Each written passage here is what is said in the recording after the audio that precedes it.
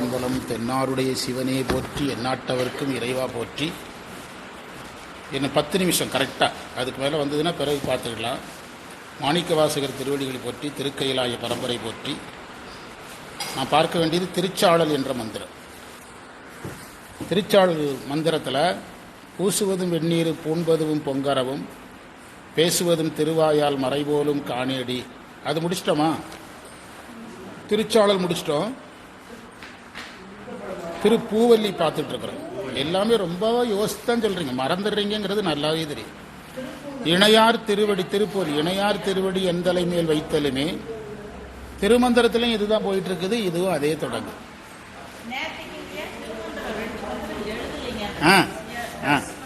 எழுதலையா? நிறைய செய்தி வருமே. இறைவன் எனக்கு திருவடி பேரு கொடுத்த உடனே வைத்தலுமே துணையான சுற்றங்கள் சொந்தங்கள், அதைத்தான் கீழே பட்டியலாக கொடுத்தார். எந்தை எந்தாய் சுற்றம் மற்றுமெல்லாம் என்பதற்கு 2 பொருள் சொல்லியிருக்கிறோம். ஒரு பொருள் அது இறைவனுக்கு பொருந்தும். இப்பதான் பேசணும். இப்பதான் எதுல பேசணும்? தேவாரத்தில்.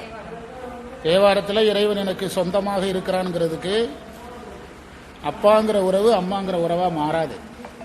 இறைவன் எல்லா உறவா இருக்கிறாங்கிறதுக்கு இதுதான் பிரமாணம். இப்பதான் சொன்னேன். தந்தையாக இருக்கிறான், தாயாக இருக்கிறான். அந்த வரி இரட்டர மொழிதலாக கையாளலான்னு உரையாசிரியர்கள் சொல்லியிருக்காங்க. அந்த சுற்றங்களுக்கும் கையாளலாம். அப்பா அம்மா சுற்றம் மற்றும் எல்லாம் என்னுடைய பந்த மறுத்துன்னு ஒரே தொடராக சொல்லணும். இறைவனுக்கு சொல்றாருந்தா அங்கே நிறுத்திக்கணும். எந்தாய் மற்றும் சுற்றம் எல்லாம் நீதான் என்று எடுத்துக்கொள்ளணும். எனவே அந்த மாயா விஷயம் நீக்குதல் என்று வருவதினாலே அந்த 2வது பொருள் தான் சிறப்பானது. இறைவன் மேல் ஏற்ற வேண்டிய கட்டாயமே கிடையாது. எல்லாமே தானா இறைவனுக்கு ஏறும். ஏற்கனவே அவருக்குரிய எல்லாவற்றோடும் இறைவன் இருக்கிறார். அவர் மேலேயே திரும்ப திரும்ப ஏற்றி விருது வாங்கினவனுக்கே விருதை கொடுத்து நம்ம ஊர்ல கெடுக்கிற மாதிரி சாமி அதை விரும்புறதே இல்லை. நீங்க எல்லாத்தையும் சாமி மேலே அவர் சொன்னது நமக்காக, நீங்க அதையே திருப்பி யார்கிட்ட கொடுக்குறீங்க? சாமிகிட்ட கொடுக்குற மாதிரி. ஜேசுதாஸுக்கு விருதுகளை திரும்ப திரும்ப கொடுத்து ஒரு கட்டத்தில் கேரளா கவர்மெண்ட்டுக்கு லெட்டர் எழுதிட்டார். எனக்கு விருது தருவதை நிறுத்திக் கொள்ளவும், இளைய தலைமுறைக்கு கொடுங்கள், எனக்கு இனிமேல் என்ன வேண்டாம். கேரளா அரசாங்கத்துக்கு லெட்டர் எழுதிட்டார். அது மாதிரி உயிர்கள் மேல் பொருத்தினாதான் உயிர்கள் திருந்தோம். நீங்க தப்பிக்கிறக்காக யார் மேல ஏத்திடுறீங்க? ஒரு குறிப்பிட்ட புகழை காந்தி மேல ஏத்திட வேண்டியது. அதுக்கு நீ ஏன் இதை செய்யலைன்னா காந்தி செய்வார், நான் எப்படி சார் செய்யறது அப்படின்னு தப்பிச்சு கொள்றது. தப்பிப்பதற்காகவே நிறைய விஷயங்களை ஆன்மா மேல் மேற்றாமல் யார் மேலே ஏற்றிடுறது? இறைவன் மேலே ஏற்றிடுறது. அதனால இந்த தலைப்புப்படி பார்த்தால் எந்தாய் சுற்றம் மற்றும் என்பது ஆன்மாவுக்கு தான் நேரடியாக பயன்படும். இறைவனுக்கு அது சொல்ல வேண்டியதே இல்லை. அவன் தான் எல்லாமே நமக்கு தெரியுது. அதை திரும்ப திரும்ப சொல்ல வேண்டியதில்லை. என்னை ஆண்டு கொண்ட பாண்டிபிரான், என்னை அடிமை கொண்டவன் என்று சொல்றார் அந்த இறைவன். நன்றி சிவசிவா, நன்றி நன்றி. அந்த இறைவன் இடைமருதில் இருக்கிற இறைவனை பொந்தில் இருப்பதாக சொன்னார். மேலும் பாண்டிய நாட்டில் வாழ்ந்த ஒரு சிவனடியார் மாணிக்கவாசகர் பாண்டியர்களை அதிகம் சார்ந்திருந்தவர். மேலும் அந்த தலம் யாரோடு சம்பந்தப்பட்டது? திருவிடைமருதூர் பாண்டியர்களோட சம்பந்தப்பட்டது. எந்த தலம்? திருவிடைமருதூர் மும்மணி கோவையில் குலசேகர பாண்டியன்லாம் வர்றார். ஆமா. பிறகு அந்த கோயில் கிழக்கு வாசல் யாரோடு வரலாறோடு சேருது? ஒரு பாண்டிய மன்னனுடைய தோஷம் கிழக்கு வாசல் இருக்குதுன்னு சொல்லுவாங்க, பிரம்மகத்தி தோஷம். அதுல போயிட்டு அடுத்த வழியா வேற வழியில வெளியே போகணும்.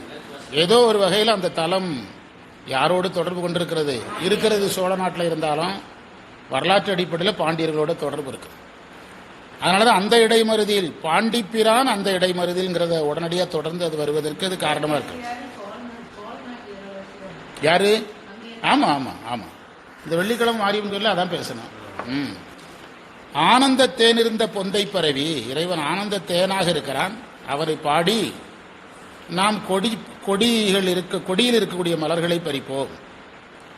கொடியில் இருக்கிற மலர்களை பறிப்போம் என்று சொன்னாலும் அது எல்லா மலர்களையும் பறிக்கலாம் என்பதுதான் அர்த்தம். அதற்காக செடியில் இருக்கிற மலர்களை பறிக்கக்கூடாது என்று பொருள் அல்ல. உரையாசிரியர் பூவல்லி என்பதற்கு அல்லிப்பூன்னு சொல்றவங்களும் இருக்காங்கிறார். அல்லிப்பூ என்று சொல்பவர்களும் இருக்கிறார்கள். இந்த 2 மந்திரம் ஏற்கனவே நடத்திட்டோம். அதனுடைய தொடர்ச்சி இல்லாமல் நீங்கள் 3வது மந்திரத்துக்குள்ள போகக்கூடாது. அப்படி போய் தான் நம்ம திருமுறையை அடைய முடியாமல் இருக்கிறோம்.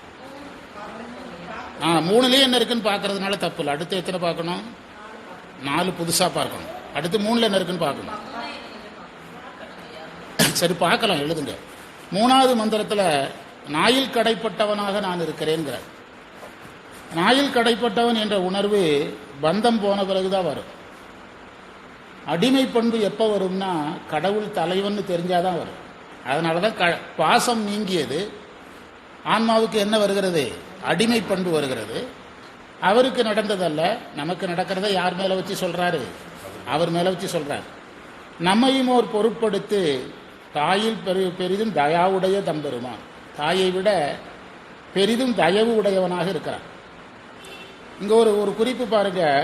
மந்திரம் 2ல் இறைவனை தாயின்னு சொல்லிட்டு மந்திரம் 3ல் தாயை விட பெரிய தயவு உடையவன்னு சொல்ல மாட்டாங்க. அப்படி டக்குன்னு ஒரு கருத்தை மறுத்து சொல்ல மாட்டாங்க. புரியுதா உங்களுக்கு? மந்திரம் 2ல் இறைவனை தாயின்னு சொல்லிட்டு 3ல் தாயை விட பெருசுன்னு சொல்ல மாட்டாங்க. அப்போ அங்க வர்ற தாய்ங்கிறது பந்தம் தான். சரிதானா? தம்பெருமான் மாய பிறப்பு அறுத்து ஆண்டான். பிறப்பை அறுத்தான் என்பதுதான் மாயா விசாரம் நீக்குதல், பந்தம் அறுத்தல். வல்வினையின் வாயில் பொடியட்டு. என்னுடைய வல்வினை ஒரு பள்ளமாக இருக்குது. பள்ளத்தை கற்களையும் மணலையும் போட்டு நிரப்புவது போல, இல்லாமல் செய்வது போல, அப்படி பொருள். வாயில் பொடியட்டு என்பதன் பொருள் இல்லாமல் செய்தல். பள்ளம் இல்லாமல் செய்தது போல என்னுடைய வினை இல்லாமல் செய்தான்.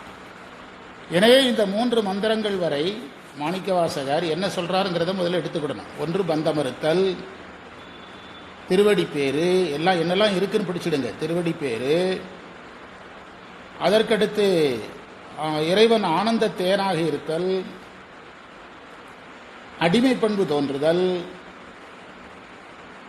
மந்திரம் 3ல் வரி 1ல் தன்னை நாய் என்று சொன்னவர் 2வது வரியில இறைவனை பெருமான்கிறார். என்ன தெரியுது? தன்னை அடிமையாகவும் இறைவனை தலைவனாகவும் உணர்றார். இதை தசகாரியத்தில் நாம ஆன்ம சுத்தின்னு சொல்றோம். ஆன்ம சுத்தி நிலையில சிவ தரிசனம் நடக்கும். ஆன்ம சுத்தி நிலையில சிவ போகம் நடக்கும். அதெல்லாம் இதுக்குள்ள இருக்கிறதா நாம எடுத்துக்கிடணும். ஆனால் இந்த ஒரு அரிய செய்தி என்னன்னா, ஒரே ஒரு சாதனம் தான், பூப்பறித்தல் என்ற ஒரு சாதனம் தான் சொல்லப்பட்டிருக்கிறது. இதே நம்ம இந்த கோணத்தில் பார்க்கறது இல்லை. என்ன சாதனத்தை மட்டும் எடுத்துக்கிறது? பூப்பறித்தல்ங்கிற ஒரு சாதனத்தை தான் எடுத்துக்கிறார். ஆனால் இந்த மலர் பறித்தல் என்பது ஒரு சரியகிரியவாதியினுடைய மலர் பறித்தல் அல்ல, ஞான நிலையில் இன்று மலர் பறித்தல். அடுத்த மந்திரத்தினுடைய பொருள் பார்த்தோம்னா நம்ம திரும்ப கூட தொடர்ந்து படிச்சுக்கலாம். இதை ஒரு பதிவா போட்டோம்னா அடுத்த மந்திரத்தின் பொருளை பார்த்துட்டு கிளம்பலாம். அடுத்த 4வது மந்திரம் பண்பட்ட தில்லை என்பதற்கு உரை. செம்மை உடைய தில்லை என்னும் திருப்பதிக்கு தலைவன் இறைவன்.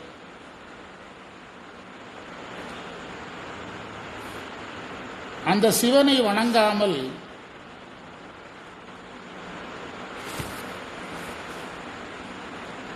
மதிப்பு இழந்தவர்கள், சிவனை வணங்காமல் மதிப்பு இழந்தவர்கள் தக்கன்,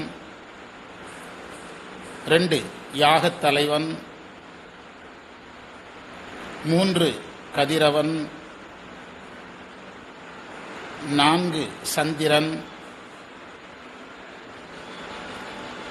5 அக்கினி, 6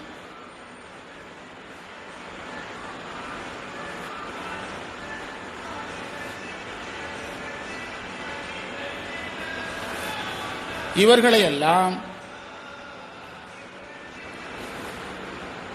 பூதங்களின் தலைவராகிய வீரபத்திரர் தண்டித்ததை நாம் பாடுவோம், பாடி மலர்களை பறிப்போம்.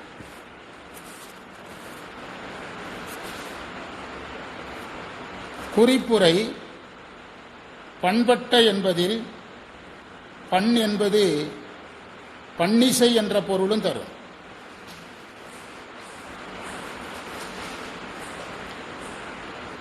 பண்பட்டதில்லை பதிக்கரசை பெற எண்பட்ட தக்கன். எண்பட்டங்கிறதுல பட்ட என்பது அழிந்த என்று பொருள்.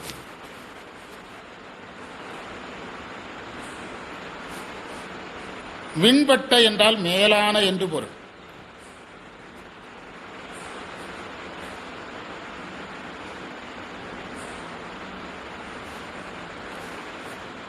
எச்சன் என்பதற்கு யாகத் தலைவன்.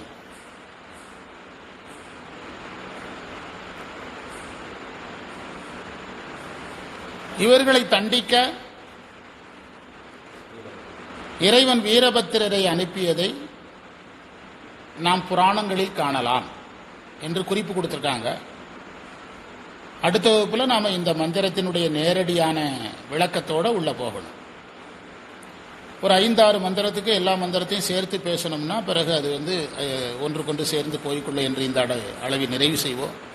பிழைத்தவை பொறுக்கை எல்லாம் பெரியவர் கடமை போற்றி இன்று நாம் இந்த சிறப்புகளை நமக்கு கிடைத்த அனைத்து சிறப்புகளையும் நம்முடைய குருநாதர் சம்பந்த சரணாலடிகள் திருவடிகளை இரண்டமலர்களாக சமர்ப்பித்து எதியமை பணிகொள்ளும் ஆரதி கேட்பு எம்பெருமான் பள்ளி எழுந்தருளா இன்று நாளை பணி நோக்கி செல்வோம். சிவாய நம சிவாய நம. வெற்றிவேல் முருகனுக்கு அரோகரா, அண்ணாமலையாருக்கு அரோகரா, சிவாய நம சிவாய. ஓகே.